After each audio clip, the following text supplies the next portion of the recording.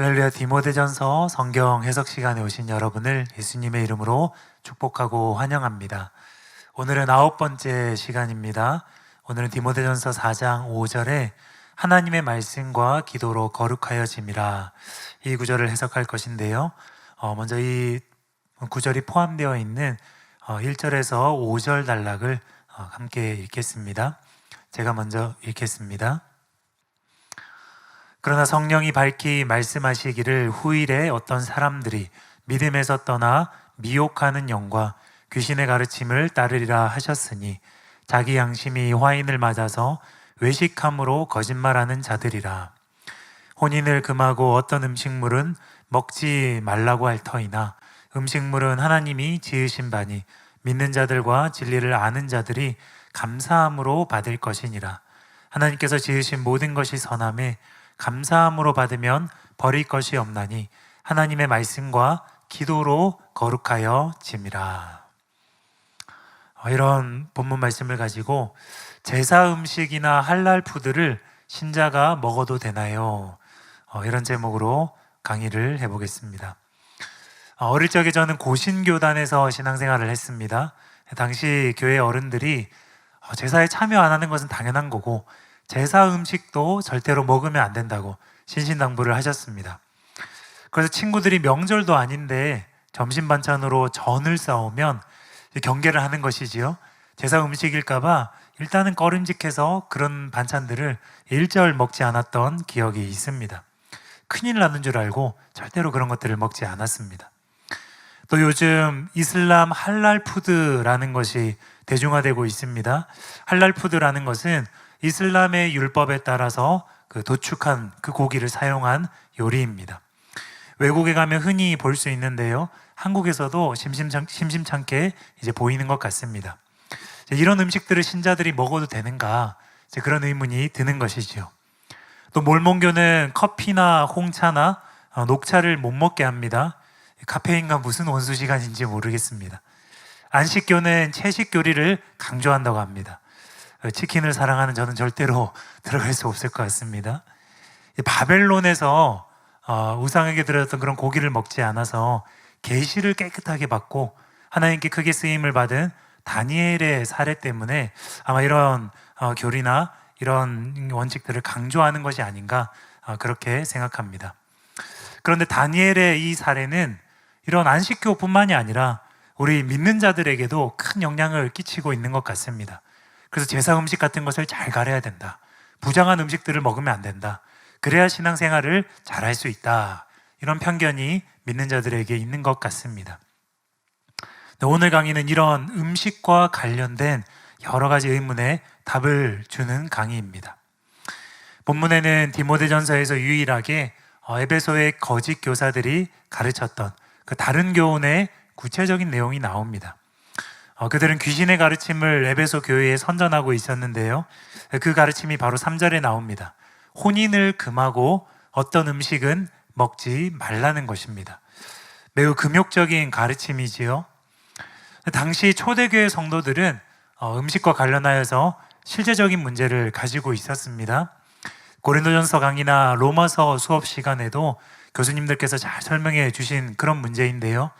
시장에서 파는 음식들 중에 많은 고기들이 이방 신전에서 제사를 드리는 그 과정에서 나온 고기들이었기 때문입니다. 그래서 어떤 고기를 먹기 전에, 사기 전에 이것이 이제 이방에게 제물로 드려졌던, 이방신에게 드려졌던 그런 것인지 아닌지 고민할 수밖에 없는 그런 실제적인 문제가 있었습니다. 마치 이와 유사하게 에베소의 거짓 교사들은 어떤 음식물은 부정하다, 유대교적인 색채를 가지고 아마 그랬을 걸로 학자들이 추정하는데요. 그래서 이렇게 부정하다 하여서 어떤 음식물을 금지했던 것입니다. 그러나 바울은 이 거짓 교훈을 반박하고 있습니다. 거짓 교사들은 성도들을 이런 금욕주의로 얽어매려고 하는데, 멍에를 씌우려고 하는데, 바울은 성도들을 진리로 자유케 하고 있는 것입니다. 그런데 5절에서 하나님의 말씀과 기도로 거룩하여짐이라 할 때에 하나님의 말씀이 과연 무슨 뜻인가? 구체적으로 어떤 말씀을 가리키는 것인가? 여기에 대해서 학자들의 견해가 다양하게 나뉘고 있습니다. 모든 견해를 다 소개해 드릴 수는 없고 가장 가능성이 있는 견해 두 가지를 중심으로 이제 오늘 수업을 진행하겠습니다. 먼저 한쪽은 이 하나님의 말씀이 복음을 의미하는 거다. 또는 창조와 관련된 말씀도 있고 복음도 포함되는 거다. 이처럼 복음이 포함되는 것으로 보는 그런 학자들이 있습니다. 또 다른 한쪽은 아니다. 하나님의 말씀은 그냥 창조와 관련된 하나님의 말씀만을 의미하는 것이다. 이 두 견해가 가장 유력하게 대조되고 있습니다. 이 중에 하나님의 말씀에는 복음도 포함된다. 이 견해를 먼저 소개해 드리겠습니다. 이제 5절에 바울이 하나님의 말씀으로 거룩하게 되었다라고 했는데 이 말씀의 의미는 복음으로 인해서 새 언약으로 인해서 율법이 폐기될 때에 음식법이나 그런 정결 규례들도 함께 폐기되었기 때문에 신자들이 자유케 된 것, 그것을 의미하는 말씀이다. 이런 견해입니다. 이 해석은 상당히 매력적인 해석입니다. 왜냐하면 3절에 이런 말씀이 있기 때문입니다.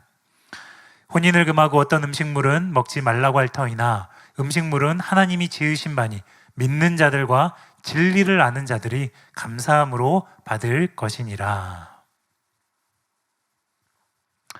여기 3절에 믿는 자들과 진리를 아는 자들은 해석이 필요 없을 정도로 분명히 복음을 믿는 자들이지요. 복음 진리를 아는 자들이지요. 그러니 5절의 이 하나님의 말씀도 그들이 믿고 알고 있는 이 복음을 뜻한다고 학자들은 주장합니다. 근접한 문맥에 이렇게 분명한 표현이 있기 때문에 사실 5절은 매우 모호하게 표현된 구절이지요. 하나님 말씀은 뭘 말하는 건지, 기도는 또 뭘 말하는 건지 모호한 표현인데 이런 근접 문맥에 복음을 암시하는, 복음을 전제로 하는 그런 표현들이 주어가 나오기 때문에 이 5절도 하나님 말씀을 복음으로 봐야 된다 주장합니다. 이게 굉장히 강력한 근거입니다. 또 하나님의 말씀이라는 표현은 이렇게 되어 있지만 성경 곳곳에서 복음과 똑같은 의미로 많이 쓰였습니다. 목회서신에도 그런 용례가 많은데 한 곳만 소개해 드리겠습니다. 디모데후서 2장 9절입니다. 복음으로 말미암아 내가 죄인과 같이 매이는 데까지 고난을 받았으나 하나님의 말씀은 매이지 아니하니라. 여기 보십시오. 이 구절에 복음과 하나님의 말씀은 그냥 동의어로 쓰였다고 보시면 됩니다. 여기서 구체적으로 다 설명할 수는 없지만 하나님의 말씀이 여기서 분명히 복음과 똑같은 의미로 동의어로 쓰여졌습니다. 이처럼 하나님의 말씀은 본문에서도 복음으로 쓰였다는 것입니다. 마지막으로 학자들은 이 5절의 동사 거룩하여짐이라, 이 동사의 시제가 현재 시제라는 거예요. 이걸 근거로 듭니다. 만약에 하나님 말씀을 창조 때의 말씀으로 보게 되면 그것은 정말 예전에 과거의 말씀이니까 이미 완성된 것이니까 과거 시제를 써야 되는데 바울이 현재 시제를 쓰는 걸 보면 이걸 창조 때의 말씀으로 해석하는 것이 어색하다는 것입니다. 이처럼 복음으로 보는 견해는 매우 매력적이고 또 일리가 있는 주장처럼 보입니다. 그래서 저도 처음에는 이 하나님의 말씀에 창조에 대한 말씀도 있지만 복음도 분명히 포함되는 것으로 보고 수업을 준비했습니다. 그런데 성경을 더 면밀히 검토해 본 결과 이 구절에 하나님의 말씀이 단지 창조와 관련된 하나님 말씀을 의미한다는 것을 깨닫게 되었습니다. 이 점을 차례대로 설명해 드리길 원합니다. 첫 번째로 음식물은 창조 때에 선하게 만들어졌습니다. 이 5절에 하나님의 말씀에 복음이 포함되는 것으로 보는 학자들이 간과하고 있는 점이 있습니다. 그것은 음식물이 이미 예창조 때 선하게 만들어졌다는 진리입니다. 즉 음식물이 선하게 되기 위해서 무엇이 더해질 필요가 없다는 거예요. 창조로 충분하다는 것입니다. 창세기 1장 29절에서 31절입니다. 하나님이 이르시되 내가 온 지면에 씨 맺는 모든 채소와 씨 가진 열매 맺는 모든 나무를 너희에게 주노니 너희의 먹을거리가 되리라. 또 땅의 모든 짐승과 하늘의 모든 새와 생명이 있어 땅에 기는 모든 것에게는 내가 모든 푸른 풀을 먹을거리로 주노라 하시니 그대로 되니라. 하나님이 지으신 그 모든 것을 보시니 보시기에 심히 좋았더라. 이제 이 31절을 비롯해서 창세기 1장에 동물들에 대해서도 또 다른 것들에 대해서도 하나님이 사람들에게 먹을거리로 주시고 보시기에 좋았더라, 그런 말씀들이 반복적으로 나옵니다. 이처럼 하나님께서 창조하신 음식물들은 하나님께서 보시기에 선하고 좋았습니다. 그러므로 음식의 선함의 기초는 분명히 창조에 있다는 거예요. 그래서 바울도 본문에서 음식이 선하다는 것에 대해서는 창조에만 근거를 들고 있습니다. 이 점을 유의해야 합니다. 본문 3절, 4절에요. 혼인을 금하고 어떤 음식물은 먹지 말라고 할 터이나 음식물은 하나님이 지으신 바니 믿는 자들과 진리를 아는 자들이 감사함으로 받을 것이니라. 하나님께서 지으신 모든 것이 선함에 감사함으로 받으면 버릴 것이 없나니. 이처럼 바울은 명백하게 창조의 근거에서 음식의 선함을 말했습니다. 그러면 이렇게 명백한 건데 왜 이렇게 학자들의 견해가 나뉘는 것입니까? 학자들은 다른 요소들을 같이 고려했기 때문입니다. 예를 들어서 저도 이 주제에 대해서 이제 생각을 할 때에 그렇지, 창조 때 분명히 음식물들은 선하게 창조됐지. 그런데 또 하나 생각해야 될 것은 아담의 타락으로 인해서 땅이 저주를 받아서 동식물의 상태도 변질된 것이 아닌가? 그런 의문이 드는 거예요. 또 모세의 율법의 그 정결 규례들을 보면 분명히 모든 음식이 선한 게 아니라 부정한 음식이 있고 먹지 않으면 되는 동물이 있고 그런 것들이 있었다는 것입니다.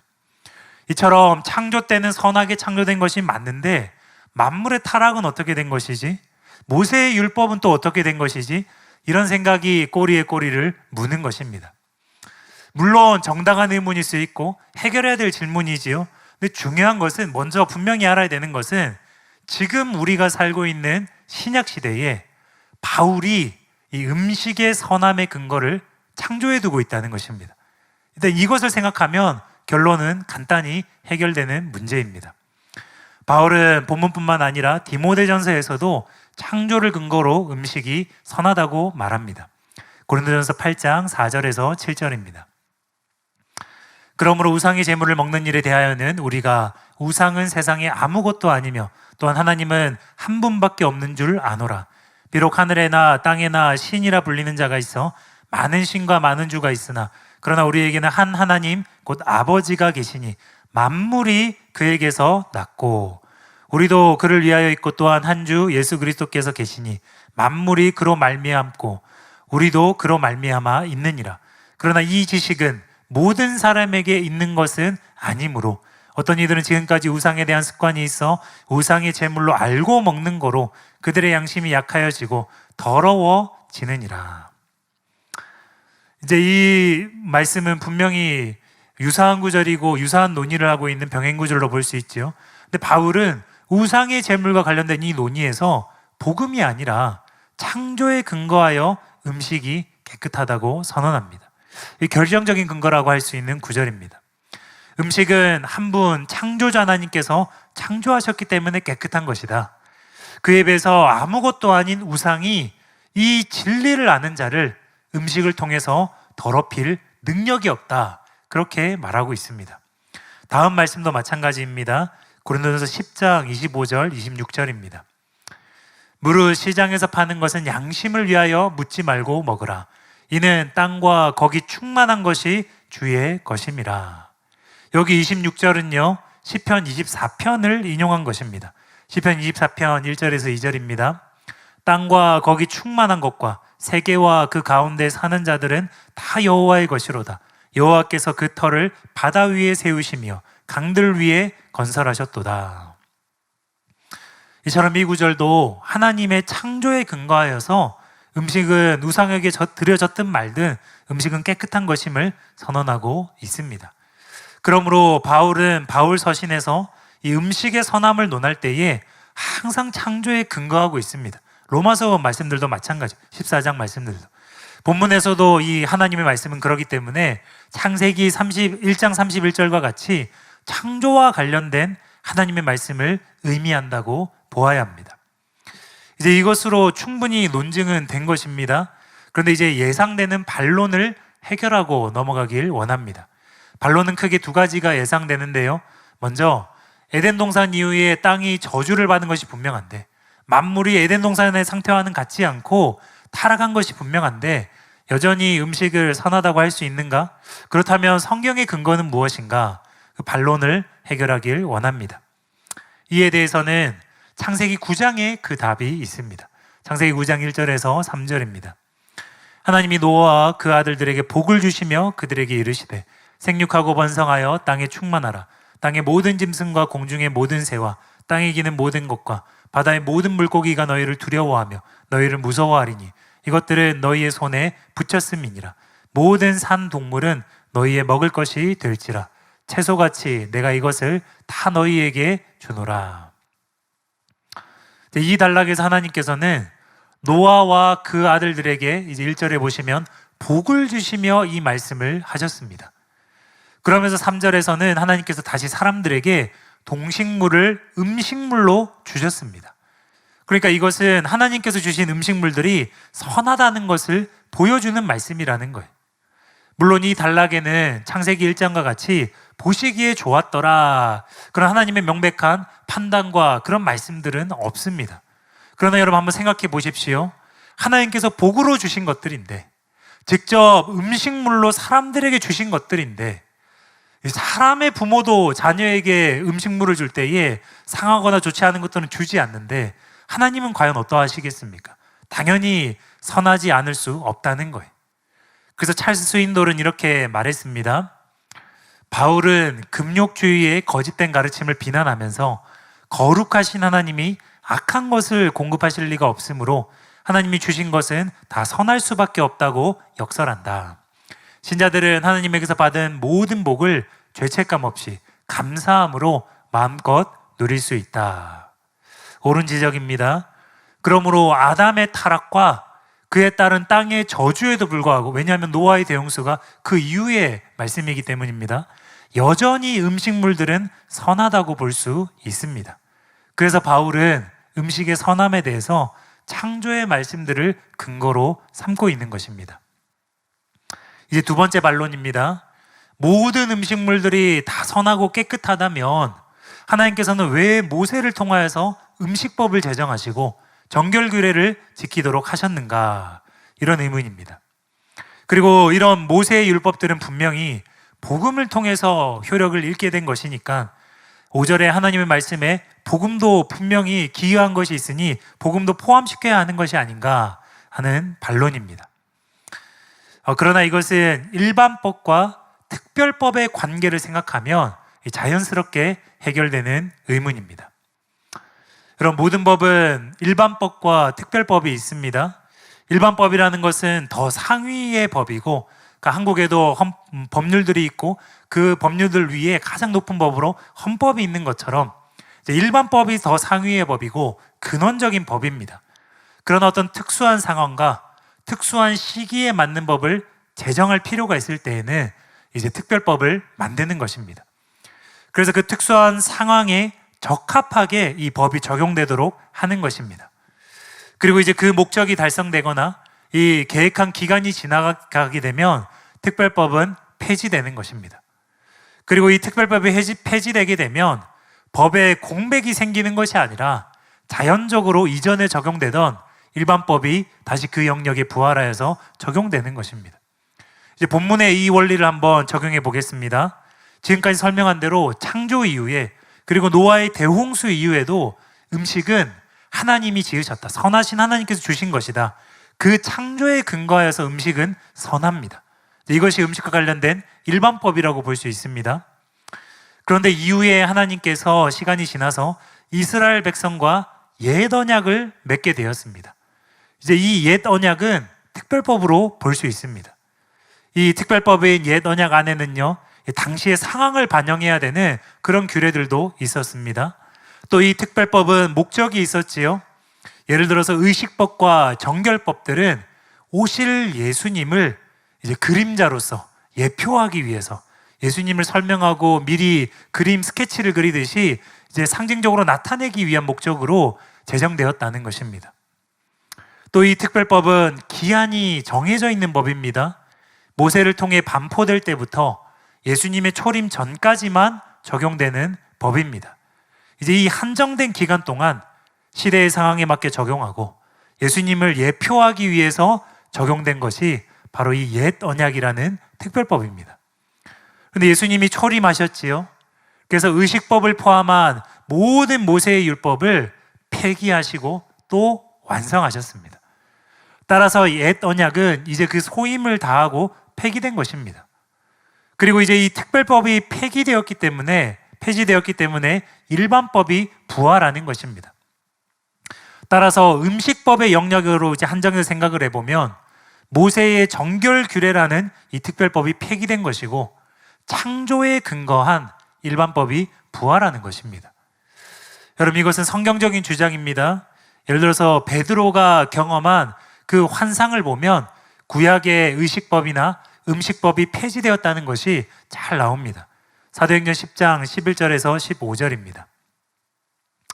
하늘이 열리며 한 그릇이 내려오는 것을 보니 큰 보자기 같고 네 개를 메어 땅에 들이웠더라. 그 안에는 땅에 있는 각종 네 발 가진 짐승과 기는 것과 공중에 나는 것들이 있더라. 또 소리가 있으되 베드로야 일어나 잡아먹으라 하거늘 베드로가 이르되 주여 그럴 수 없나이다. 속되고 깨끗하지 아니한 것을 내가 결코 먹지 아니하였나이다 한데 또 두 번째 소리가 있으되 하나님께서 깨끗하게 하신 것을 내가 속되다 하지 말라 하더라. 잠깐 띄워주시고요. 여러분 잘 아시듯이 이 구절은 29절인가요? 이후에 그 해석이 나오는데 이 구절은 신약시대의 유대인과 이방인은 이제 성속의 구분이 없어졌기 때문에 이방인에게도 복음을 전파하라고 베드로에게 주신 말씀이고 환상입니다. 그런데 이 환상의 내용 중에 보면 하나님께서 이 점을 설명하기 위해서 구약율법에 의하면 이제 부정한 짐승들이 이제는 깨끗하게 된 것이라고 하시면서 잡아먹으라고 하셨습니다. 분명하게 명백하게 이렇게 두 번이나 말씀하셨습니다. 그러므로 이 구절은요, 음식의 성속에 관한 규례가 신약 시대에 폐지되었다는 것도 함께 분명히 보여지는 구절이라는 거예요. 특별법이 폐지되었다는 것입니다. 그리고 이제 자연스럽게 창조에 근거한, 이제 괜찮습니다. 자연스럽게 창조에 근거한 일반법이 부활한 것입니다. 그래서 예수님이 뭐라고 하셨습니까? 무엇이든지 음식이 사람을 더럽게 하지 못한다. 바리새인들은 음식 먹기 전에 손을 씻어야 된다고 그렇게까지 막 구체적인 음식 정결 규례들을 막 지켜나가는데 손 안 씻는 건 문제가 안 될 뿐만 아니라 부정하게 여겼던 음식들도 그런 것이 이제는 사람을 더럽게 하지 못한다. 특별법이 폐지되었음을 말씀하고 계십니다. 하나님 창조하신 모든 것이 선함을 말씀하고 계십니다. 또 바울은 본문과 고린도전서 또 로마서에서 창조에 근거하여서 이제 모든 음식이 선하다고 재차 말했습니다. 특히 본문 디모데전서 4장 4절에 보면 하나님께서 지으신 모든 것이 선하매라는 이 구절은요, 분명히 하나님 보시기에 좋았더라, 창세기 1장 31절 같은 그런 창조의 말씀, 창세기의 구절을 인용하고 반영한 표현이라고 보아야 합니다. 대부분의 학자들이 그 점을 동의합니다. 그러므로 지금은 창조에 근거한 이 음식법이 다시 적용되는 일반법이 부활한, 그래서 모든 음식이 정결하게 된 그 시대를 우리가 살고 있다고 보아야 합니다. 그러므로 이제 신약 시대에는요, 특별법에 의해서 모세의 율법에 의하면 이런 음식은 정결하다 그렇게 말하면 안 되는 거예요. 창조에 근거하여서 하나님 창조하신 모든 음식은 깨끗하다 이렇게 말을 해야 하는 것입니다. 또 특별법인 모세의 율법에 의하면 이런 음식은 부정하고 특히 우상의 제물은 부정하다 이것이 아니라 하나님 창조하신 모든 음식은 깨끗하며 심지어 우상에게 드려졌어도 그 자체로 부정한 것은 없고 깨끗하다 이렇게 말해야 하는 것입니다. 그래서 바울은 음식의 정결과 관련된 모든 구절에서 오직 창조만을 근거로 드는 것입니다. 그러므로 우리는 창조주 하나님 아버지께 깊이 감사드려야 합니다. 사람을 위해서 온갖 동식물을 창조하셔서 먹을거리로 주신 하나님의 크신 사랑, 그 크신 복에 큰 감사를 마땅히 드려야 합니다. 여러분, 성자들의 일대기를 보면요, 그분들이 깊은 기도 후에 눈이 열리게 되면 어떤 일이 일어났습니까? 이전에는 당연히 여겼고 이전에는 감사드리지 않았던 그런 것들이 새롭게 보이는 거예요. 매일 내가 내려쬐던 그 햇빛에도 하나님의 크신 은혜를 느끼고 하나님의 크신 사랑을 느끼고 감사하는 것입니다. 자연 만물 속에 충만하게 깃든 하나님의 그 크신 사랑에 감사하는 것입니다. 그래서 우리도 매일의 식사 때마다 더 나아가서 하나님이 창조하신 선한 만물을 대할 때마다 마음속 깊이 하나님 아버지께 감사드리고 찬양을 드려야 될 줄로 믿습니다. 이제 그렇게 할 때에 하나님이 우리에게 주신 이 선하신 것들을 누릴 수 있고 감사드리는 저와 여러분이 될 줄로 믿습니다. 이제 두 번째입니다. 음식물은 선하지만 먹는 자의 상태에 따라 부정할 수 있습니다. 이처럼 하나님께서 창조하신 음식물은 선한 것이지만 먹는 자가 부정하면 그 음식도 부정할 수 있습니다. 성경은 양심이 더러운 자에게는 모든 것이 더럽다고 말하고 있기 때문입니다. 디도서 1장 15절입니다. 네, 9절 띄워주세요. 깨끗한 자들에게는 모든 것이 깨끗하나 더럽고 믿지 아니하는 자들에게는 아무것도 깨끗한 것이 없고 오직 그들의 마음과 양심이 더러운지라. 이 구절은 본문과 비슷하게 그레데 이단들이 어떤 음식이 부정하다고 그렇게 미혹하는, 제의적으로 이건 정결하고 이건 부정하다 그렇게 미혹하는 문맥에서 나온 말씀입니다. 그런데 불신자에게는 그런 걸 따질 필요가 없습니다. 제의적으로 모든 것이 다 더럽습니다. 양심과 마음이 더럽기 때문이지요. 애초에 깨끗함과 거룩함은 신자에게만 논할 수 있다는 것입니다. 신자만 모든 것을 깨끗하게 받을 수 있습니다.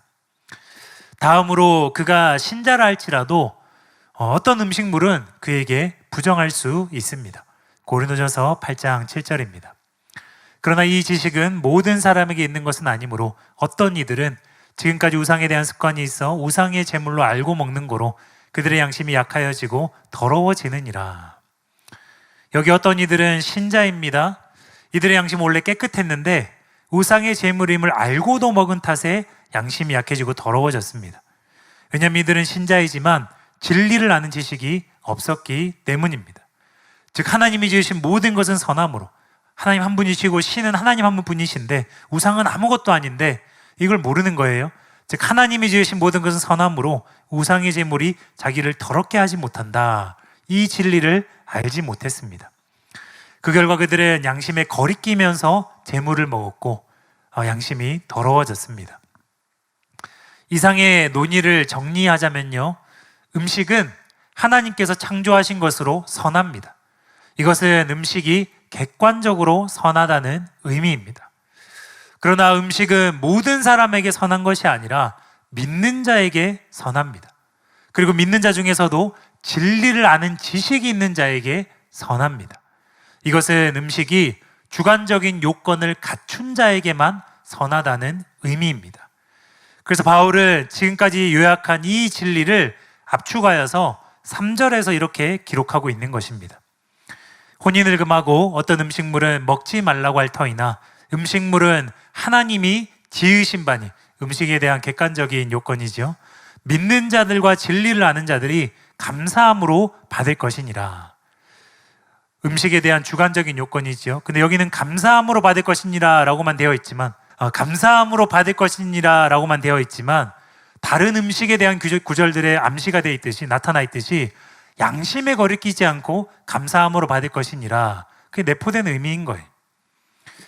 여러분 이제 이 말씀이 이해가 되시지요? 이제 그러므로 믿는 자가 되고 진리를 아는 지식이 있어야만 양심에 거리낌 없이 음식물을 감사함으로 받을 수 있습니다. 이것은 그 신자에게 주관적인 면들을 지금 설명하고 있는 것입니다. 그래서 바울은 이 점을 고려해서 3절에서 아무나가 아니라 믿는 자들이, 진리를 아는 자들이 감사함으로 받을 것이니라, 그렇게 말하는 것입니다. 그런데 이처럼 믿는 자들과 진리를 아는 자들이 신자의 주관적인 상태를 가리키기 위해서 바울이 기록한 표현, 그것을 깨닫게 되면 이 5절의 하나님의 말씀에는 복음이 포함되지 않는다는 것을 알 수 있습니다.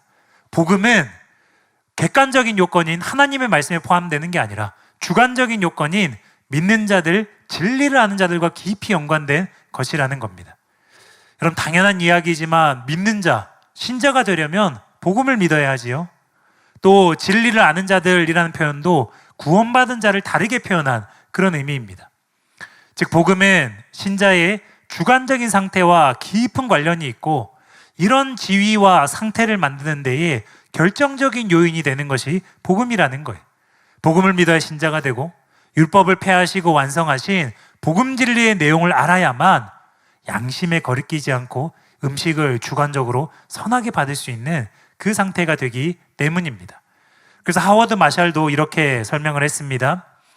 3절 하반절의 표현 형태는 믿는 자들에게 먹는 것을 제한하기 위한 것이 아니라 믿는 자로서 그들의 지위가 그들이 먹는 것을 막지 않는다는 것을 강조하기 위한 것이다.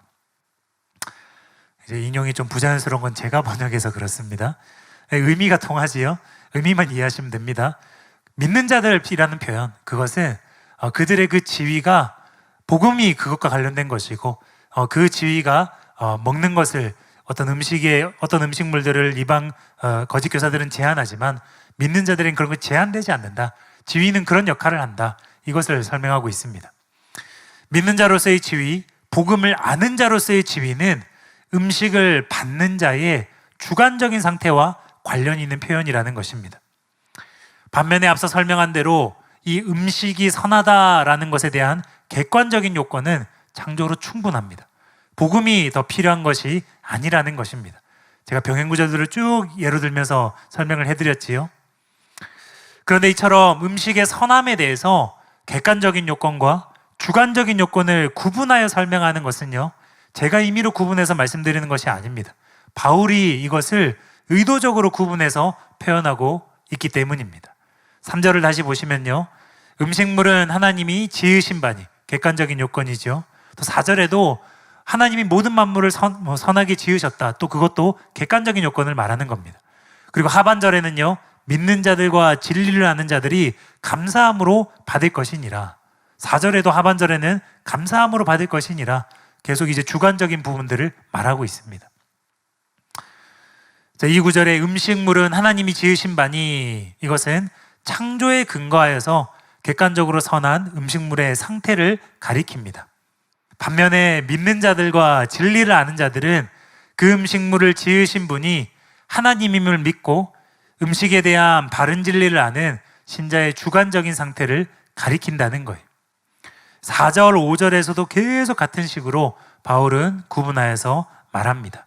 네, 괜찮습니다. 그러므로 우리는 이 구분에 주의하여서 문맥을 살펴야 합니다. 그러므로 하나님의 말씀에 복음이 포함된다는 이 주장은요, 음식의 선함에 대한 이 객관적인 요건과 주관적인 요건을 혼동하여서 거꾸로 연결시킨 데서 나온 견해라고 보아야 합니다. 복음은 5절에서 하나님 말씀과 관계되는 것이 아니라 이 3절에 믿는 자들과 진리를 아는 자들, 즉 주관적인 요건을 기록하고 있는 이 주관적인 요건과 관련되는 것으로 보아야 합니다. 신자들이 이런 주관적인 상태에 있어야만, 이런 자격을 갖추어야만 음식물을 감사함으로 받을 수 있기 때문입니다. 이제 복음은 구약의 신자들과 달리 신약의 신자들이 음식 규정에서 자유케 되어서 감사함으로 받을 수 있게 된 그 주관적인 상태를 만들어주는 것과 깊은 관련이 있는 것으로 보아야 한다는 것입니다. 복음이 선포되기 전에 신자들은 모세의 율법을 지켜야 했습니다.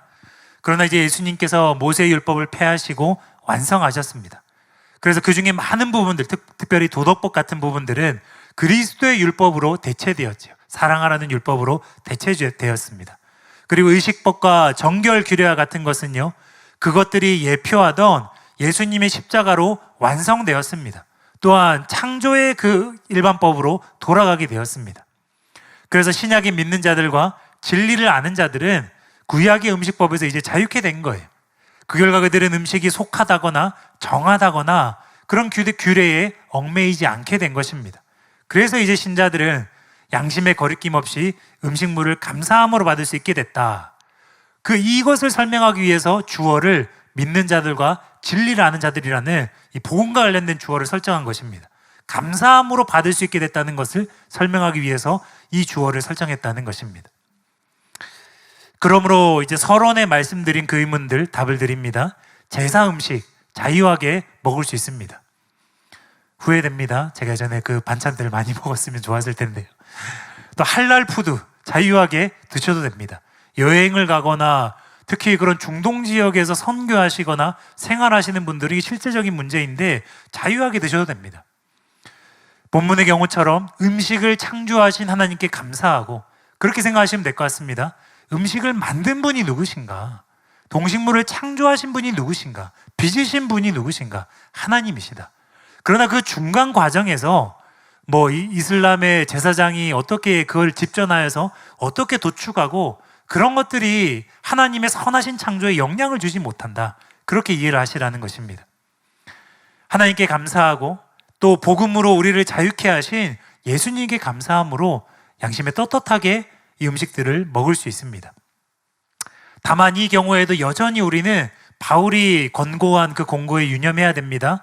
믿음이 약한 자들, 진리를 아는 지식이 없는 그런 어린 신자들 앞에서는 바울이 조심한 것처럼 이런 것들을 먹지 않는 것이 바람직합니다. 한편 이 3, 4절의 감사는요, 이 5절 해석과도 연결되기 때문에 미리 설명드립니다. 3, 4절의 감사는 그냥 감사가 아니라 더 적극적으로 감사 기도, 이것을 의미할 가능성이 높습니다. 이것이 특별히 어떤 해석에 영향을 주는 것은 아니지만 먼저 정리를 할 필요가 있습니다. 그 증거가 이제 다음 구절입니다. 디모데전서 2장 1절에서 2절입니다. 그러므로 내가 첫째로 권하노니 모든 사람을 위하여 간구와 기도와 도고와 감사를 하되 임금들과 높은 지위에 있는 모든 사람을 위하여 하라. 여기 1절에 간구, 기도, 도고, 감사, 다 기도의 종류들이지요. 근데 이 기도들과 함께 감사가 나온다는 것입니다. 그러므로 이 구절의 감사는 분명히 감사 기도를 의미합니다. 근데 본문도 이와 같다는 것입니다. 또 본문의 문맥은요, 음식을 받는 상황이지요. 그 음식 받을 때 어떻게 해야 됩니까? 감사 기도하고 먹어야 되지요. 그래서 이런 문맥과도 잘 어울리는 해석이라는 것입니다. 존 스토트는 그래서 이렇게 말했습니다. 물론 여기서 말하는 것은 내면적인 감사의 마음을 가리킬 수도 있지만 유대 가정의 오랜 관습이었던 식사 전의 감사 기도처럼 외적인 감사의 표현을 가리킬 수도 있다. 윌터 리펠드는 더 자세하게 이렇게 말했습니다. 받음에 대한 강조, 그러니까 감사함으로 받을 것이니라 반복하고 있죠. 받음에 대한 강조는 음식을, 그것을 지으신 하나님의 손에서 받아들이는 의식적인 행동을 암시한다. 감사와 기도와 하나님의 말씀은 음식을 먹기에 합당하게 만든다. 이것은 음식을 취하는 매번 축복의 형식적 행위가 필요함을 뜻하지는 않지만 그것은 그 원천과 하나님 지으신 모든 것이 선하다라는 사실에 그 인정이 적절하고 바람직함을 시사한다. 주 예수께서 5,000명과 4,000명을 먹이신 모든 기사는 그분이 감사를 했다고 언급하는데 유념하는데, 물론 예수께서는 최후의 만찬시 떡을 떼고 포도주를 나누시기 전에 감사하셨다. 또한 유대 식탁 축도는 오랜 전통이다. 그러니까 음식을 받는 것을 강조하는 그런 표현들이나 또 이런 예수님의 감사기도, 또 유대의 어떤 그런 관습들, 그 모든 걸 생각할 때에 당연히 자연스럽게 이 감사를 감사 기도로 이해할 수 있다는 것입니다.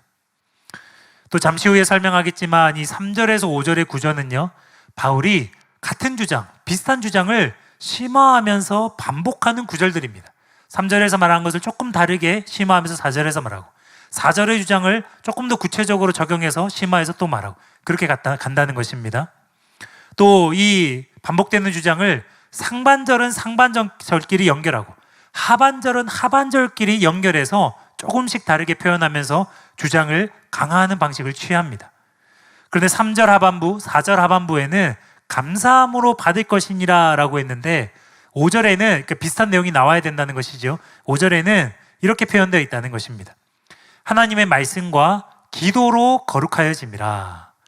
감사로 받는 거나 기도로 거룩하게 하는 거나 지금 비슷한 것으로 이해해야 된다는 것이지요. 그래서 음식을 받는 상황이라는 문맥과 이 5절 하반절의 기도로 거룩하여짐이라 라는 표현을 고려할 때에 이 단락의 감사는 감사 기도로 보는 것이 5절과도 잘 어울리고 적절하다는 것입니다. 예수님께서 음식을 드시기 전에 하늘을 우러러 감사기도 하신 것처럼 믿는 자들이 하나님께 감사기도 드리며 음식을 받는 것으로 해석해야 됩니다. 이상 살펴본 대로 믿는 자들과 진리를 아는 자들이란 표현은 신자의 주관적인 상태를 반영한 표현입니다. 그들이 양심에 거리끼지 않고 감사함으로 받는다, 이것에도 이 주관적인 것이 나와 있고요. 또 감사기도 드리는 것, 여기에도 이거는 객관적인 뭘 지금 말하고 있는 게 아니라 주관적으로 신자들이 음식 받는 상황을 말하고 있구나, 감사기도 드리는 상황을 말하고 있구나. 그래서 이 믿는 자들과 진리를 아는 자들이라는 표현은 주관적인 것과 연결해서 해석을 해야 된다는 것입니다. 근데 복음이 이 믿는 자들과 직접적으로 연결되기 때문에, 복음이 진리를 아는 자들과 또 직접적으로 연결되기 때문에 복음은 객관적인 것과 연결되는 게 아니라 주관적인 이런 신자들의 상태와 지위를 만드는데 역할을 한 것으로 해석해야 된다는 것입니다. 3, 4, 5절 하반절이 모두 신자의 주관적인 지위를 다루고 있고, 주관적으로 음식을 감사기도 드림으로 받는 상황을 감안해서 이 해석이 적절하다고 볼 수 있습니다. 바른 복음을 믿는 신자들은 식사하기 전에 음식물을 선하게 창조하신 하나님께 감사기도 드림으로써, 그게 뭐 우상에게 드려진 제물인지 아닌지 이런 것과 상관없이 양심을 지킬 수 있고 감사함으로 받을 수 있습니다. 그들의 양심이 화인 맞은 거짓 교사들의 금욕주의에 미혹되지 않고 음식물을 양심에 거리낌 없이 감사함으로 받을 수 있습니다. 그러니 여러분, 커피 감사하게 드시기 바랍니다. 녹차, 홍차, 또 고기들 다 감사함으로 마음껏 드시기 바랍니다. 그러면서 정말로 하나님께 감사드리는, 그래서 자유하게 주님 주신 선한 음식들을 누리는 저와 여러분 되시길 예수님의 이름으로 축복합니다. 이제 마지막 3대지입니다. 5절에 하나님의 말씀의 의미는 무엇인가? 이 많은 부분들이 분별이 됐고 해석을 했지만 이제 마무리를 하기를 원합니다. 먼저 이 5절 말씀은 앞에서도 조금 설명을 했지만 1절부터 5절 단락과 동떨어진 말씀이 아니다. 특히 3절부터 5절이 매우 긴밀히 연결되고 연관을 가지는 말씀임을 깨달아야 이 구절을 해석할 수 있습니다. 틀린 해석들을 걸러낼 수 있습니다. 먼저 이것을 설명해 드리겠습니다. 본문의 5절, 9절은 앞 구절에 대한 이유를 나타내는 구절입니다.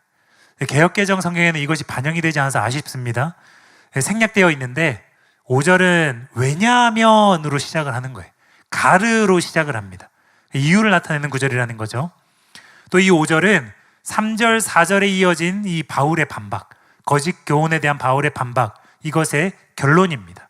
존 스토트가 이렇게 설명합니다. 우리는 하나님의 창조의 선물이 이중적으로 거룩하게 되고 있음을 주의 깊게 보아야 한다. 바울은 여기서 그것을 강조하기 위해서 3번씩 반복해서 말한다. 처음 문장 3절입니다. 우리가 이미 살펴본 대로 신성한 창조와 인간 편에서의 감사의 수용을 함께 언급한다. 둘째 4절입니다.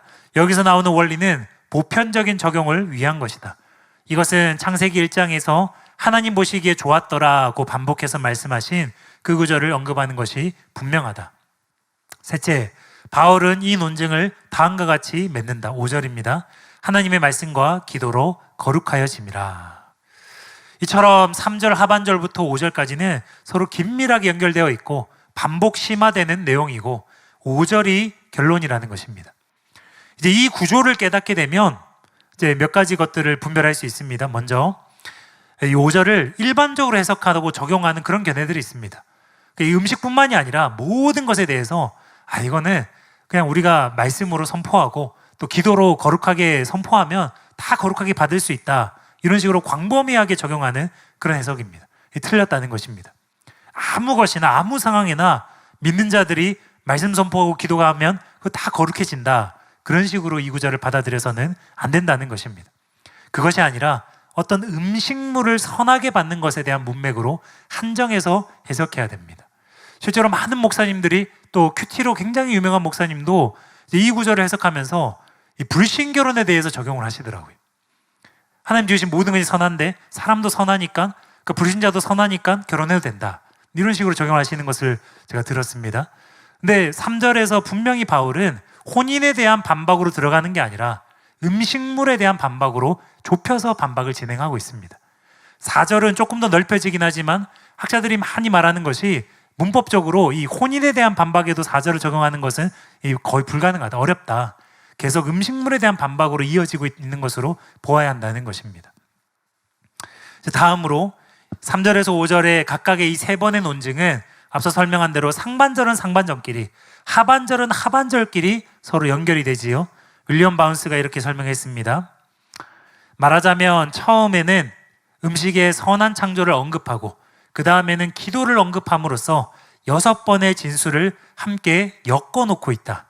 창조의 선함에서 제기된 세 진술들을 먼저 분석하고 그 다음에 기도에서 제기되는 세 진술들을 분석할 것이다. 이처럼 윌리엄 바운스는요, 3, 4, 5절 각 구절들의 상반절은 창조의 선함과 관련된 세 구절이다. 그렇게 세 구절을 상반절끼리 이렇게 묶어버리고 또 하반절은 기도와 관련된 세 진술이다 묶습니다. 근데 실제로 본문을 보시면 독특하게도 그렇게 각각 묶을 수 있고 연관이 된다는 것입니다. 다시 한번 띄워주시고요. 이처럼 상반절만 먼저 보시면요, 3절에 음식물은 하나님이 지으신 바니, 4절에 하나님께서 지으신 모든 것이 선하매, 또 5절에 하나님의 말씀, 이것이 각각 연결되어서 객관적으로 음식의 선함을 말하는 하나님의 말씀, 하나님의 창조의 말씀들, 그것들을 보여준다는 것입니다. 반면에 각 구절의 하반절들은요, 믿는 자들과 진리를 아는 자들이 감사함으로 받을 것이니라, 이런 주어가 설정됐다는 것 자체가 주관적인 걸 말하는 겁니다. 또 4절에 감사함으로 받으면 버릴 것이 없나니, 또 5절에 기도로 거룩하여짐이라. 이 세 진술이 연결되어서 주관적으로 믿는 자들, 진리를 아는 자들이 양심의 거리낌이 없이 음식을 거룩하게 받는 상황을 설명하고 있다는 것입니다. 네, 괜찮습니다. 이제 3절에서 5절의 이 구조를 이해하는 것은 하나님의 말씀이 복음에 포함된다고 보는 견해에 대해서 좋은 반론을 제공합니다. 윌리엄 바운스도 이렇게 말했습니다. 하나님의 말씀이란 어구가 동일한 논증의 세 번째 반복이기 때문에 창조의 문맥에서 그것을 역시 이해해야 한다. 윌리엄 바운스는 사실은 복음도 포함되는 것으로 이해하고 있습니다. 본인은 그렇게 주장하고 있습니다. 그런데 논리를 전개해 나감에 있어서 이것을 정직하게 인정을 하고 있는 것입니다. 이처럼 하나님의 말씀을 복음을 포함한다고 보는 학자들은 본단락의 이런 구조를 간과했습니다. 그들은 이런 구조를 무시하고 하반절에 3절 하반절에 믿는 자와 진리를 아는 자들, 이거는 주관적인 것과 연결된 것인데 이것을 5절 상반절에 하나님 말씀과 연결하고 있다는 거예요. 자리를 지금 거꾸로 연결하고 있다는 것입니다. 그것이 아니라 하반절은 하반절끼리 연결해야 되고 상반절은 상반절끼리 연결해야 이 구조에 맞습니다. 그러므로 3절 하반절에 믿는 자들과 진리를 아는 자들, 이것은 5절 하반절에 기도로 거룩하여짐이라, 이것과 연결해야 자연스럽다는 것입니다.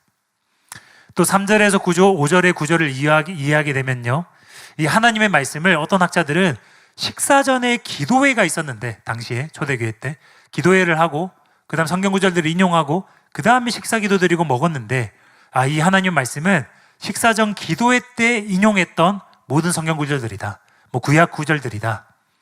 또 어떤 학자들은 이렇게 이해합니다. 신자가 식사 기도 때 이제 기도를 드리는데 그 기도에 하나님께서 응답하셔서 음성을 들려주시는, 또는 신성한 계시를 주시는, 그걸 말하는 것이다. 너무 좁혀서 구체적으로 들어가서 이렇게 해석을 하는 것이지요. 이런 견해들이 틀렸다는 것을 알 수 있습니다. 3절에서 5절이 따로 떼어진 것이 아니라 긴밀하게 연결되었고 또 조금씩 더 심화 반복되는 이 문장이라는 걸 이해하면 너무 구체적으로 들어가는 것도 아니고 너무 일반적으로 적용하는 것도 아니고 3, 4절의 그 논의를 살려서 5절을 해석하게 되면 이 견해들이 틀렸다는 것을 알 수 있다는 것입니다. 이 3, 4절 상반절에서 바울은 음식의 선함에 대해서 창조에만 근거를 두고 있습니다. 그래서 이걸 무시하면 안 된다는 거예요. 그런데 이런 견해들은요, 식사 기도의 어떤 영적인 힘을 인정하여서 식사 기도를 통하여서 그런 어떤 힘이 더해져서 음식이 선해진다, 마치 이렇게 이해를 하는 것과 같다는 거예요. 그런데 3, 4절에서 바울은 그것이 아니라 창조 그 자체로 충분하게 음식이 선하다, 그렇게 단정적으로 말했다는 것입니다. 그러므로 하나님의 말씀과 기도로 거룩하여짐이라, 이 구절을 신자의 감사 기도로 비로소 음식물이 거룩하게 된다, 그런 식으로 해석하는 것은 틀린 견해라는 것입니다. 마지막으로 하나님의 말씀에 이 복음이 포함된다고 보는 학자들은요, 이 5절 동사의 시제가 현재형이니까 이것은 과거의 창조 말씀이 아니라 이 신약 시대의 복음 말씀도 포함하는 표현이라고, 그걸 보여주는 시제라고 주장합니다. 이제 이 점에 대해서 반론을 제기해 보겠습니다. 본문 5절 말씀은 존 스토트가 잘 얘기한 대로 3에서 5절 단락의 결론입니다. 왜냐하면으로 시작하고 있고 또 3, 4, 5절 구조가 그것을 보여주기 때문입니다. 바울은 3절, 4절에서는 먼저 이제 논의하는 거예요. 음식이 왜 선한지, 또 음식을 신자들이 주관적으로 이렇게 받아들이면 그들에게도 선하다는 것을 이제 설명을 하지요. 음식의 선함에 대한 창조의 근거를 밝히고 신자에게 요구되는 주관적인 상태를 논의하고 이제 조금 더 구체적으로 좁혀 들어가는 거예요. 이제 5절에서는 구체적으로 신자가 음식물을 받을 때 일어나는 상황, 그때로 논의를 좁혀 들어갑니다. 이제 이 점을 기도라는 단어가 잘 보여줍니다. 그 전에는 감사함으로 받는다 이렇게 표현했는데 5절에는 기도로 이제 받는 것을 말하고 있지요. 즉 그들이 음식물을 받을 때에 하나님의 말씀, 즉 하나님 지으신 것이므로 선하다라는 그런 창조의 말씀들을 이제 인용하거나 말을 당연히 했겠지요. 그러면서 하나님께 감사기도 드림으로써 그에게 음식물이 지금 선해지고 있는, 거룩하게 받아들여지고 있는 그 상황을 5절에서 현재 시제로 표현했다는 거예요. 당시 초대교회 성도들은요, 음식과 관련된 실제적인 문제를 가지고 있다고 말했지요. 시장에서 이방 신전에게 드려진 제사 음식들이 막 나오고 있기 때문에 출처가 불분명한 이런 음식들을 먹기 전에 신자들은 적어도 자기 양심을 지키기 위해서 이 5절처럼 기도해야 했다는 거예요. 마치 이런 유사한 문제와 같이 에베소 거짓 교사들이 어떤 음식물이 부정하다 금지했는데 신자들은 양심에 거리끼 것이 없이 이 감사함으로 음식을 받기 위해서 기도하고 받아야 했다는 거예요. 이 기도하고 받는 구체적인 상황이 바로 5절에 묘사된 것이고 거룩하여짐이라는 현재 시제로 바울이 묘사하고 있다는 것입니다. 하워드 마샬도 이 5절에 기도라는 단어가 이런 구체적인 상황을 의미한다는 것을 이렇게 설명합니다. 그러나 우리는 앞의 명사 엔틱시스가 식사 시간에 기도하는 것이라는 것을 분명히 이해한다. 그러나 그 기도가 4절에 감사로 특징 지어졌던 반면 여기서는 요청을 의미하는 단어가 사용된다. 왜냐하면 그 기도가 우상 숭배로 인해 더러워진 것을 깨끗하게 하거나 거룩하게 해달라는 요청을 포함할 수 있기 때문이다. 그렇지요. 분명히 이렇게 할 수 있지요. 신자가 음식은 하나님의 창조로 분명히 선한 것이지만 그렇다고 해서 무조건 우리가 그것을 믿고 아무렇게나 먹으면 되는 것이 아니라 진리를 아는 자들에게만 이 우상에게 들어진 음식이나 부정하게 어떻게 쓰여진 음식들이 주관적으로는 거룩하게 받아들일 수 있기 때문에 하나님 제가 이런 진리를 알고 있습니다. 하나님 창조하신 모든 것들이 선함을 알고 있고 이런 것들이 나에게 영향 미치지 않는다는 걸 알고 있기 때문에 하나님 감사하면서 제가 이 음식을 먹겠습니다. 분명히 그렇게 기도할 필요는 있다는 것입니다. 3, 4절에서는 감사함으로 받는다고 표현했는데 5절에서 바울은 기도라고 말했습니다. 표현했습니다. 그리고 이 기도라는 단어는 왕에게 탄원하고 요청하는 그런 뉘앙스가 있습니다. 그러므로 5절은 조금 더 좁혀진 그런 문맥으로 봐야 됩니다. 신자들이 식사를 하기 전에 음식을 이제 직접 거룩하게 받기 위해서 하나님께 감사드리고 또한 요청하는 그 구체적인 상황을 기록한 것으로 볼 수 있습니다. 이제 5절을 이렇게 이해하게 되면 하나님의 말씀에 이 복음이 포함되는 것으로 생각하는 그 학자들의 반론을 해결하게 되는 것입니다. 현재 시제로 이해해도 그 반론이 문제가 되지 않는 거예요. 창조의 말씀은 분명히 과거에 선포되고 완성된 것입니다. 그래서 음식은 선하게 창조되었습니다. 그러나 지금 신자들이 음식을 받는 상황에서 이 사실을 알고 믿음과 감사함으로 받을 때에 그들에게 음식이 거룩하게 됩니다. 반대로 지금 그 사람에게 믿음이 없거나 진리를 아는 지식이 없으면 그들에게는 음식이 거룩하지 않게 됩니다. 이처럼 객관적으로 선한 음식이 신자들의 현재 주관적인 상태에 영향을 받기 때문에 바울은 이 구체적인 상황에서 현재 시제를 써서 그들에게 지금 거룩하여짐이라고 표현한 것입니다. 그러므로 동사의 현재 시제는 하나님 말씀을 창조와 관련된 말씀으로만 보는 견해에서도 얼마든지 설명이 가능합니다. 이제 결론을 말씀드리겠습니다. 브루스 바톤은 본문에 대해서 이런 의미 있는 질문을 던졌습니다. 결혼과 음식이 나쁜 것이라는 위선적인 거짓말쟁이의 선언과 이런 것들이 선하고 유익한 것이라는 하나님의 긍정적 확언을 비교할 때에 당신은 누구를 신뢰하겠는가? 제가 처음 이 단락을 묵상하면서 제일 먼저 깨달은 것이 바로 이것입니다. 3, 4, 5절만이 아니라 이게 1절부터 5절까지 연결되는 거예요. 그러니까 지금 이 거짓 교리를 퍼뜨리고 있는 자들이 누구인가? 그들은 그냥 양심이 더러운 수준이 아니라 화인 맞은 양심을 가진 거짓말쟁이이고 그냥 지옥이 확정된 자들이고 정말로 악한 자들인데, 아니 이들이 양심이 깨끗한 자들, 양심이 선한 이 신자들을 미혹하고 있는 이 상황이 얼마나 황당한 상황인가? 누가 누구를 가르치고 있고 누가 누구에게 이런 것들을 말하고 있는 것인가? 참 황당하더라고요. 그런데 오늘날에도 이런 일이 벌어지고 있다는 것이 더 황당한 노릇입니다. 히브리적 관점으로 성경 보기를 주장하면서 유월절을 지켜야 된다, 쓴나물을 먹어야 된다, 절기와 음식 규례들을 지켜야 한다, 이 거짓 교사들과 같은 자들입니다. 또 몰몬 교도들이 커피를 금하는 것이나 안식 교도들이 채식을 강조하는 것이나 다 비슷한 맥락으로 볼 수 있습니다. 이것은 멍해입니다. 이것은 미혹입니다. 마치 그런 것들을 지켜야만 신앙생활을 잘하는 것을, 이런 것들을 지켜야만 믿음이 좋아지는 것으로 특별한 서클을 만들고 특별한 어떤 그런 이 그룹들을 만들어서 거기에 들어가지 않으면 뒤처지는 것으로, 더 심하게는 거기에 들어가지 않으면 구원을 잃어버리는 것으로 이 미혹된 교리들이 발전해 나간다는 것입니다. 믿는 자들과 진리를 아는 자들은 하나님이 창조하신 모든 것을 감사함으로 받으면 됩니다. 어떤 음식이든 그것이 사람을 더럽히지 못합니다. 그러니 우리는 예수님처럼, 딱 예수님처럼 이해하면 되는 것입니다. 마가복음 7장 15절 16절입니다. 무엇이든지 밖에서 사람에게로 들어가는 것은 능히 사람을 더럽게 하지 못하되 사람 안에서 나오는 것은 그것이 사람을 더럽게 하는 것이니라 하시고, 음식 규정을 세세히 따져가면서 하나님께 대한 사랑과 감사를 잃어버린 그런 바리새인과 같이 될 것이 아니라 우리는 자유함으로 또 감사함으로 하나님 아버지께서 주신 모든 음식들을 누려야 합니다. 그리고 예수님처럼 항상 아버지께 감사함으로 음식을 받아야 합니다. 공동번역 누가복음 9장 16절입니다.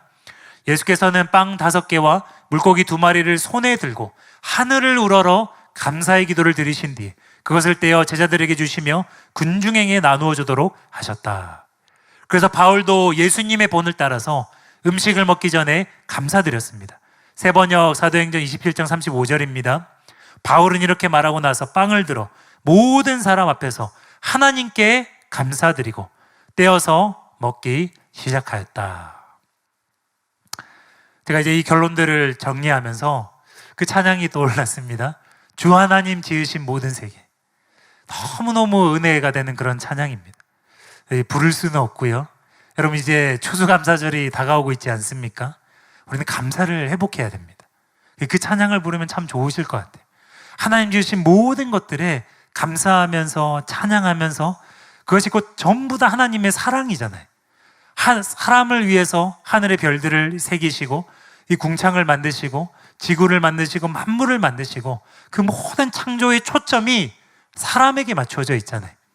그래서 여러분, 우리는 감사를 회복해야 됩니다. 모든 것을 당연하게 여기게 되면 감사를 잃어버리게 됩니다. 디모데전서 6장에서 바울이 말한 것처럼 자족함을 잃어버리게 되면 풍요로움을 누려도 감사를 잃어버립니다. 그러나 자족함을 배우게 되면 없는 것에서도, 부족한 것에서도 큰 감사를 배울 수 있습니다. 그럼 그게 은혜 아니겠습니까? 그것이 행복 아니겠습니까? 모든 것을 당연하게 여기면 감사를 잃어버립니다. 그리고 이내에 불평불만이 생기기 쉽습니다. 광야의 이스라엘 백성을 생각하면 쉽게 이해가 될 것입니다. 그러나 마땅히 감사할 것에 감사를 드리기 시작하면 은혜가 회복됩니다. 일용할 양식을 베풀어 주시는 하나님께 감사를 드리는 것입니다. 제가 자주 성 프란시스의 그것을 인용하는 것은요, 실제로 그런 부분들의 마음의 자세가 참 귀하기 때문입니다. 성 프란시스가 한 번은 제자들과 함께 이제 하나님이 차려주시는 식탁을 우리가 차리자. 이제 그게 뭐냐면 동냥을 하는 것입니다. 그걸 이제 성 프란시스는 그렇게 표현했습니다. 이제 복음도 전하고 이렇게 나가지만 본인들은 이제 돈 한 푼이 없기 때문에 사람들에게 동냥을 나가서 그들이 주는 빵 부스러기 하나, 그런 것들을 이제 받아가 와가지고 모아서 제자들과 함께 나누어 먹는 것입니다. 그래서 하나님이 차려진 식탁이라고 표현을 하는 거예요. 그런데 그날은 별로 보잘것이 없었습니다.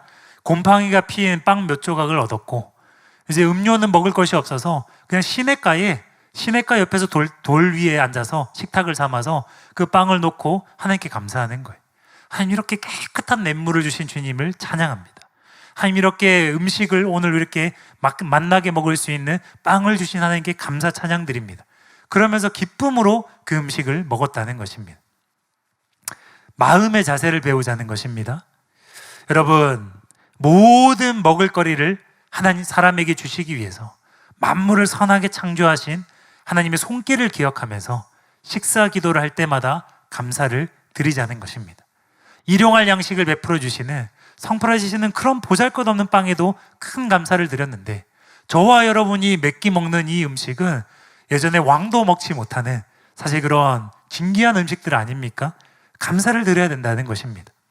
또한 복음으로 우리를 믿는 자 되게 하시고 진리를 아는 자 되게 하셔서 모세의 율법, 정결굴의 그 모든 것들을 폐지하시고, 또한 우상의 제물 그런 것들의 얽매임이 없이 이 양심의 거리낌이나 제한 없이 음식을 누리게 하신, 이 일을 이루기 위해서 십자가를 지시고 크신 희생을 치르신 그 예수님의 사랑에 감사하자는 것입니다. 조금 인위적으로 느껴질지 모르겠지만 저는 이 설교를 준비하면서 하나님의 그 창조에 이런 사랑이 담겨져 있구나, 예수님의 그 십자가에, 그 복음에 우리를 이렇게 믿는 자들, 진리를 아는 자들이 되게 하셔서 이렇게 음식을 누리게 하신 그 사랑이 다시 한번 새롭게 느껴지더라고요. 더 나아가 우리는 우리가 누리는 모든 것을 감사해야 됩니다. 마시는 공기에 감사해야 됩니다. 아침에 맞이하는 햇빛에 감사해야 됩니다. 이 모든 것이 저절로 된 것이 아니라 하나님의 형상과 모양대로 창조하시고 하나님보다 조금 못하게 존귀하게 창조하신 저와 여러분을 위해서 하나님께서 다 만드셨구나, 다 베푸신 것이구나, 우리가 이것을 인식할 때에 내 안에 감사가 회복될 줄로 믿습니다. 그럴 때에 마땅히 감사드려야 할 것을 놓치지 않고 하나님 아버지께 감사드리게 되고, 또 일상의 순간 가운데도 감사의 마음을 늘 유지하게 될 줄로 믿습니다. 지나쳤던, 당연히 여겼던 내가 누리는 모든 것에 대해서 하나님의 사랑으로 인정하고, 그 모든 것이 사랑하기 때문에 내게 주신 하나님 사랑이구나, 그것을 인정하고 그 사랑에 감사드리는 저와 여러분 되시길 예수님의 이름으로 축복합니다. 이제 강의는 마쳤고요, 기도하고 마무리하겠습니다. 사랑의 하나님 아버지, 감사드립니다. 하나님 아버지께서 우리들을 얼마나 사랑하셔서 온천하 만물을 창조하시고 우리에게 생명을 주시고 또 음식물들을 주시고 그 모든 것들을 매일매일마다 이스라엘 백성을 광야에서 먹이신 것처럼, 그 경로와 그 모습들은 다 다양할 수 있지만 하나님께서 나에게 먹이시는 매 끼마다, 매 순간마다 베푸시고 누리게 하시는 하나님의 크신 사랑을 감사드리고 찬송드리며 주님께 모든 영광을 올려드립니다. 하나님, 우리가 이스라엘 백성들과 같이 이 감사할 것들을 당연히 여기지 않게 하여 주시옵소서. 욕심 부리지 않게 하시고 불평불만 가지지 않게 하여 주시옵소서. 바울이 고백한 것처럼 풍요에도 거할 줄 알고 비천에도 거할 줄 알며 그 무엇보다 만족할 수 있는 자족하는 마음을 배우고 깨닫게 하여 주시옵소서. 하나님 주신 모든 것들이 선하다는 것을 깨닫고 감사함으로 누릴 뿐만 아니라 그 모든 것들을 누릴 때마다 하나님이 주셨구나, 하나님 누리게 하셨구나, 이것이 하나님의 사랑의 손길이구나, 그것을 깨달을 때에 우리의 눈이 열리고 마음이 열려서 작은 것들 하나하나도 놓치지 않고 하나님께 감사드리게 될 줄로 믿습니다. 그럴 때 우리 마음에 감사가 회복되고 은혜가 회복되고 하나님 아버지의 사랑을 깊이 누리며 깨닫게 되는 그 놀라운 은혜의 시간이 이어지게 될 줄로 믿습니다. 추수감사절을 맞이하는 이 시기에 하나님, 우리에게 감사의 마음이 풍성하게 이렇게 회복되어서 주님께 마땅히 드려야 할 감사를 드리며 하나님께 감사하며 하루하루를 살아가게 하여 주시옵소서. 사람들은 갈수록 냉정하고 인색하며 감사를 잃어버리며 살고 있지만, 불행하게 살고 있지만, 하나님, 우리는 어떠한 것에도 감사하고 작은 것에도 감사하여서 하나님께 마땅한 자세로 하루하루를 살아가는, 그래서 행복과 감사와 은혜를 누리는 우리 모든 성도님들이 되게 하여 주시옵소서. 주님 감사드립니다. 예수님의 이름으로 기도드리옵나이다. 아멘. 수업을 들으시느라 수고하셨습니다. 감사합니다.